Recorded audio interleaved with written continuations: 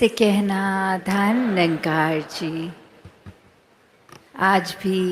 वही संदेश और ये इंसान को, इस मानव को चेतन भक्तों ने हर समय की तरह वही इशारा करते हुए कि जीते जी इस जीवन को संवार लिया जाए, इस सच्चाई को जानकर फिर हर पल इसी में गुजरान किया जाए। और कैसे ये कुछ भी एक, अगर हमारी उस समय में जो भी हम कर रहे हो उस पल में, तो वही बात जैसे लिविंग इन द मोमेंट की बात होती है, तो ये भक्ति भी फिर किसी समय भी जो भी कर रहे हैं वो ही अगर चीज़ में हम ये ध्यान डालते हैं इस निरंकार के एहसास द्वारा, तो वो कार्य भी भक्ति बन जाता है। कैसे एक जो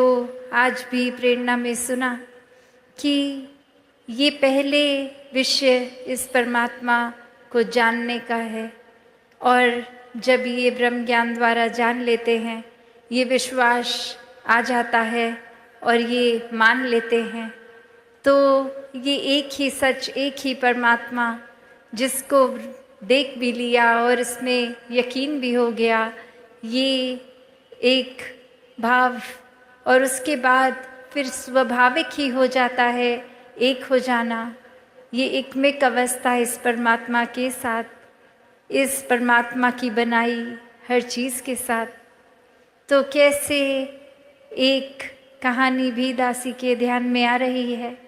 जहाँ एक इंसान होता है, वो बहुत ही श्रद्धा से किसी गुरु के पास जाते हैं और वहाँ वो ये बात कहते हैं कि एक बहुत समय से आ तो रहे हैं, आपके प्रवचन भी श्रवण कर रहे हैं, पर ये जीवन नहीं बदल पा रहे। एक जो आप बात करते हैं मध्य मार्ग की कि ये बैलेंस्ड लाइफ हो, वो हो नहीं पा रहा, क्योंकि जब हर दिन के किसी भी कार्य को करते हैं तो ध्यान उसमें चला जाता है, तो ये परमात्मा की सोच ही नहीं आती इस दिल को, इस दिमाग को। और जब परमात्मा के प्रति एक ध्यान लगा लेते हैं तो इस संसार की चीज़ों से ही अपना एक नाता तोड़ने का दिल करता है। फिर दिल करता है कि बस एकांत में ही रहें, कोई हमसे बात ना करे, हम किसी से बात ना कहें, एक अपने सारे कर्तव्यों को भी भूल जाएं, बस यही करते रहें। तो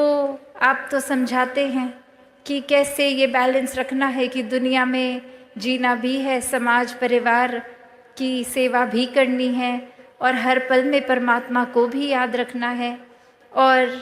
ये उपलब्धियों को भी प्राप्त करना है, मेहनत करनी है। और अब इस उपलब्धियों से इतनी सारी चीज़ें घर में खरीद के रखनी है, तो नज़र जहाँ जाती है एक नई डिस्ट्रैक्शन बन जाती है। तो ये अब एक मिक होना है, ये बैलेंस बनाना है, ये तो सीख लिया, पर इस पे अब एक प्रैक्टिकली जिया नहीं जा रहा। और वहीं वो समझाते हैं गुरु कि आपके घर के आसपास आपसे सबसे नज़दीक क्या दुकान है, कौन सी दुकान है, तो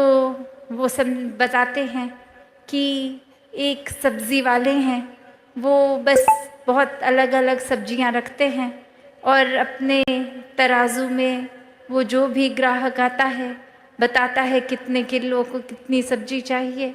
उसको तोल कर दे देते हैं। और फिर वो गुरु कहते हैं ठीक है, अब जाइए उनको ध्यान से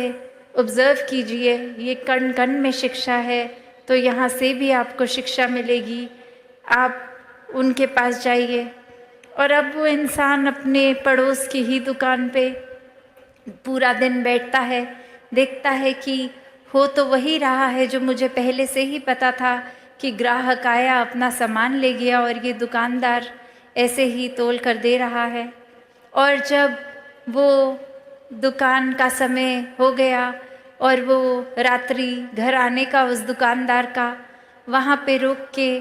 वो एक बात पूछने की कोशिश कि मेरे गुरु ने कहा है ये शिक्षा मुझे आपसे मिलेगी, कि मैं कैसे बैलेंस लाइफस्टाइल में रहूं। तो ये आपकी क्रिया, इससे आप कैसे कर रहे हैं इसके बारे में कुछ रोशनी डालें। ये देखने में तो बहुत सिंपल काम है। तो वो इंसान समझाता है, वो दुकानदार समझाता है अब कि ये कार्य तो बस यही है कि जितने किलो का एक वज़न मैंने एक तराजू में डाला, उतने किलो की ही वो सब्ज़ी उसी दूसरे तराजू की दूसरी ओर ही रख दी। तो उससे ये बैलेंस बन जाता है, तो पता चल जाता है। और इसी से मुझे पता है कि अगर मैं 2 किलो सब्ज़ी बेच रहा हूँ तो वो अंदाज़े से नहीं है, तो मैं किसी ग्राहक को एक चीट करके उससे 4 किलो सब्ज़ी का पैसा नहीं ले पाता। वो एक बहुत ही संतुलन बना रहता है, बहुत ट्रांसपेरेंट काम होता है। ग्राहक भी देखता है ये एक ईमानदारी से ही पैसे कमा रहा हूँ। और अब ये बात, और जो हो सकता है उस इंसान को सबकॉन्शियसली तो पता भी थी, पर ये गुरु ने भेजा था तो इतनी बारीकियों से अब समझ आया। और फिर वहीं उपस्थित होके वो अपनी बात यही रखते हैं कि अब ये प्रैक्टिकल लाइफ में ये तो देख लिया कि कैसे एक वो गुण भी अंदर आ गया कि ये धोखाधड़ी ये नहीं करनी है, और साथ ही ये बैलेंस की भी वो बात दुकानदार कर गया। तो यहाँ ये तो पता चल गया कि ये बैलेंस तो ज़रूरी है, और अब बस ये इम्प्लीमेंट कैसे करूं। तो आगे से वो गुरु यही समझाते हैं कि कैसे वो दुकानदार चाहे एक क्रिया रूप में, एक पूरे दिन में, एक कुछ भी, कैसे भी ग्राहक आ रहे होंगे, कोई बहुत ही जल्दी में होंगे, कोई तो ऐसे भी होंगे कि इतने धीरे धीरे एक बात कर रहे हैं, सोच रहे हैं सब्जी क्या लें, और उनके पीछे और क्यू लग रही होगी, एक लाइन लग रही होगी ग्राहकों की। और इससे देखकर कि इतनी देर लग रही है, कुछ ग्राहक वो लाइन छोड़ के किसी और सब्ज़ी वाले पे भी जा रहे होंगे कि हमें जल्दी चाहिए, और ये दुकानदार तो इतनी देर लगा रहा है। और किस तरह से कोई बहुत ही खुशी के अवसर के लिए बहुत सारी सब्जियां लेके जाएगा, और कोई तो आकर कुछ पत्ते ही लेके चला जाएगा, कोई बहुत ही जल्दी में आएगा, एक हबचड़ी भी मचाएगा, और कोई बहुत ही एक सहज भाव में आके आराम आराम से कर लेगा। तो वो दुकानदार ये सब देख रहा है, कितने रंग देख रहा है ग्राहक के भी, पर वो तो वही कार्य सहजता में करता जा रहा है कि जिसने अपनी रिक्वायरमेंट बोली उसको उतना उतना तोल कर देकर उससे पैसे ले लिए। तो बात वही कि ये एक अपने स्वभाव को अपने ग्राहक के स्वभाव जैसा पल पल में नहीं बदल रहा, ये बहुत ही स्थिर होने की निशानी। और जो व्यक्ति इस परमात्मा को जीवन में धारण कर लेता है इस ब्रह्म ज्ञान से, तो फिर कोई भी उथल पुथल हो, कोई इरिटेशन नहीं आती, कोई भारी चीज़ या कोई इंसान हमारे साथ कैसा है, उस चीज़ पे हमारा उस तरह से बिहेव करना डिपेंड नहीं करता। कि कोई अगर जल्दी में आया तो दुकानदार ने भी उतनी ही जल्दी से नहीं दिया, उसने अपना पूरा प्रोसेस को फॉलो किया, और देर उसने उतनी ही लगाई जितनी वो किसी और ग्राहक के साथ लगाए। और वही बात संसार में रहने के लिए भी कि कैसे एक दुनिया में हम अगर आए हैं तो फिर एक ये जहाँ संसार भी है, और ये बचपन से एक स्कूल में भी बच्चे को क्यों डालते हैं, ताकि शिक्षा ले, कुछ सपने बनाए और सपनों को फिर साकार करे, एक अपने पैशन को फॉलो करे, और फिर ये पैशन फॉलो करते करते धन दौलत भी कमाए, और ये फिर उस तरह से कामकाजी होके अपने लिए आरामदायक चीज़ें खरीदें जिससे जीवन थोड़ा सा एक इजी हो जाए। तो ऐसा करना जहाँ जीवन में मुबारक है, बस बात वही आ जाती है कि सिर्फ ध्यान यही करने में है, या ये करते करते पैरेलली हर पल में उतनी प्राथमिकता अपनी स्पिरिचुअल ग्रोथ को भी दे रहे हैं। और यही वो बैलेंस है, ये अपनी मायावी जीवन और ये आध्यात्मिक जीवन का, जहाँ पे वही बात आती है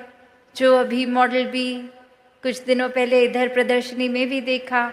कि ये ज्ञान और कर्म रूपी पंख, ये एक पंख अगर हो कि सिर्फ एक कार्य तो कर रहे हैं, एक हम किसी वजह से प्रभु परमात्मा का नाम तो ले रहे हैं, पर परमात्मा वाकई है क्या,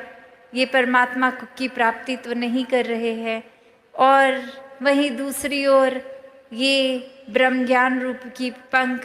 की एक चिड़िया का एक पंख जो कर्म और दूसरी चिड़िया का ज्ञान रूपी कर्म, और अब ये ब्रह्म ज्ञान ले भी लिया है जीवन में, पर उसको जीवन में इम्प्लीमेंट प्रैक्टिकली नहीं किया जा रहा। अपने जीवन में सारे अवगुण अभी भी वहीं के वहीं रखे हैं, एक अपनी वाणी को कठोर का कठोर ही रहने दे रहे हैं, ये किसी से मधुर स्वभाव अपने अंदर नहीं ला रहे, किसी से प्यार से बात नहीं कर रहे। तो ब्रह्म ज्ञान जीवन में आने के बावजूद भी ये उड़ना कहाँ संभव होगा। वो फिर बात वही कि ऐसा पक्षी जिसके दो पंख हैं, एक ज्ञान का एक कर्म का, वो ही उड़ान भरेगा, क्योंकि ये कर्म भी हैं, ये जीवन में इम्प्लीमेंटेशन भी है, और ये ब्रह्म ज्ञान की विद्या, ये सबसे ऊंची दात, ये भी ये झोली आई है। तो यहाँ एक ये जो बैलेंस का उदाहरण इस कहानी में भी, तो कैसे एक सुनने में तो लगता है कि एक शायद बैलेंस अचीव करना जीवन में पॉसिबल नहीं है, क्योंकि हमारा जहाँ मन ये चंचल है, एक तरफ अगर लग जाएगा, एक अगर हमने चीज़ दिमाग में बांध ली तो बस उसी ट्रैक पे उसी को ही सोचता जाएगा और एक चीज़ की इतनी एक्सट्रीम कर देगा, एक अपनी पॉइंट ऑफ व्यू को भी इतना एक्सट्रीम हम मान लेंगे कि हमारे जैसा अच्छा कोई सोच ही नहीं सकता, एक हमारे जैसा अच्छा तो कुछ भी कोई नहीं कर सकता, कोई है ही नहीं इतना अच्छा। कहाँ हम फिर वो बैलेंस दूर दूर तक करते ही नहीं। और ये तो पता ही है, जब एक चीज़ की ही अति होती जाएगी तो फिर दूसरा एक बैलेंसिंग फैक्टर है ही नहीं। तो वो एक हाइट जहाँ तक कोई अगर ऊंचा जाता है, अगर कितनी भी पहाड़ की ऊंची चोटी पे चले जाएं, तो एक वो लास्ट फाइनल पॉइंट होगा, वो टिप होगी, उसके ऊपर तो और वो पहाड़ है ही नहीं। तो फिर अब बस एक नीचे की ओर ही जाना बाकी रह जाएगा। तो बात वही कि ये सेवा सुमिरन सत्संग, इस परमात्मा से जोड़कर ये बैलेंस बना कर रखने की बात, और वहीं ये भी एक समझाया गया, आज चाहे सुबह वो सेवा दल रैली के रूप की एक स्किट द्वारा ही एग्जाम्पल उन्होंने सेवा का ही लिया कि कैसे हम अगर सिर्फ सेवा की ही एक्सट्रीम करते जा रहे हैं कि एक सत्संग को प्रायोरिटी नहीं, एक बस ये सोच रहे हैं कि आज हमारी ड्यूटी है तो हम पहुंच जाएंगे सेवा पे, क्योंकि वो एक हमें काम दिया गया है तो वो कार्य निभाना है, और मन की खुराक के लिए ये सत्संग को भी प्रायोरिटी नहीं, तो वो सेवा भी बस कार्य ही बन जाएगी, क्योंकि वो भाव तो सत्संग से मिलते हैं। और ये मन में भी अगर सिमरन का घाटा है तो ये सेवा और सत्संग भी फिर वो एक हमारी ग्रोथ के लिए इनकम्प्लीट है। तो यहाँ ये तीन चीज़ों का बैलेंस है। उस तराजू में वो पंखों में तो चलो दो पंख की बात थी, यहाँ एक ये निराकार को हर समय रखकर ये सेवा सुमिरन सत्संग को ही इक्वली इम्पोर्टेंट बना के रखना, ऐसा बैलेंस करना। और जो ये कर लेते हैं उनके लिए फिर ये जीवन भी बहुत सहज हो जाता है, फिर कुछ एक्स्ट्रा एफर्ट नहीं लगता। हर दिन चाहे आज लगे कि ये सुबह से निकले इतने थके और आज तो घर पे कोई गेस्ट भी आने हैं, उनको भी एक अटेंड करना है, और फिर हमें किसी के घर डिनर पे उनके गेस्ट बन के जाना है, तो फिर ये पूरी दिन की एक्टिविटी इतनी ज़्यादा, तो इसमें थोड़ा सा मैनेज करना, एक भागा दौड़ी लगानी, ये कैसे समय पे सब कुछ होगा ऑर्गेनाइज करना, ऐसे थॉट्स भी इतने सहज हो जाते हैं कि जब कोई आया घर पे, उसको गेस्ट ही ना माने, परिवार का ही हिस्सा माने और वो प्यार का भाव हो जाएगा, तो कुछ वो शो ऑफ करने की बात तो रही ही नहीं कि इनके आगे कुछ फ्लॉन्ट करना है। उनको वैसे ही प्यार से बिठा के खाना परोसना है और उसी प्यार से वो खाना भी बनाया जाएगा कि ये किसी को इम्प्रेस करने के लिए नहीं है, बस ये जो आ रहे हैं उनसे उन इतना प्यार है क्योंकि वो प्रभु के ही बनाए गए हैं। और अब जब वो बात आ जाती है तो वही प्यार से खाना बनाया गया, खिलाया गया और फिर आगे किसी और के भी घर जा रहे होंगे तो वही प्यार लेकर जाएंगे कि आप कोई बात नहीं, आप बैठिए, आपका चाहे घर है पर हम मेहमान होकर भी आप बताइए क्या लाना है, हम खुद लेके आएंगे किचन से। तो ऐसे भाव भी संतों के हो जाते हैं कि आप सारा ये थकावट अपने हिस्से लाने कि हम चाहे आपके घर मेहमान बन के आए हैं पर हम हैं तो सेवादार ही, तो जो भी है ये मिलजुल के निभा लेते हैं। तो बात वही कि कैसे इस जीवन में फिर अपने ऊपर ही है कि एक बेकार में ही हर छोटी से छोटी चीज़ का भी स्ट्रेस बना के रखना है, या इस परमात्मा में इतने एक में खो जाएं कि कौन सी चीज़ हो के निकल भी गई वो कुछ लगी ही नहीं बड़ी, एक बहुत ही हवा के झोंके की तरह आई और गई। और कैसे फिर ये बैलेंस भी बना रहता है कि वो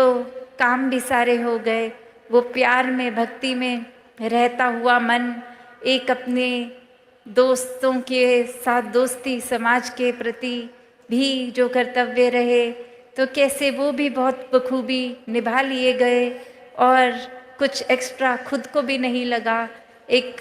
जैसे एक कोई पूरे दिन अगर कुछ नहीं भी होता करने में तो भी दिल वही महसूस कर रहा था, या फिर कोई दिन जो पूरी तरह से जैम पैक्ड है कि फुर्सत ही नहीं सांस लेने की, उसमें भी ये दिल दिमाग उतने ही रिलैक्स्ड।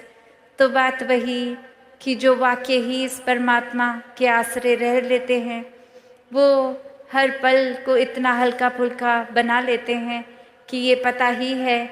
कि कैसे ये परमात्मा जो कर रहा है इसी के ही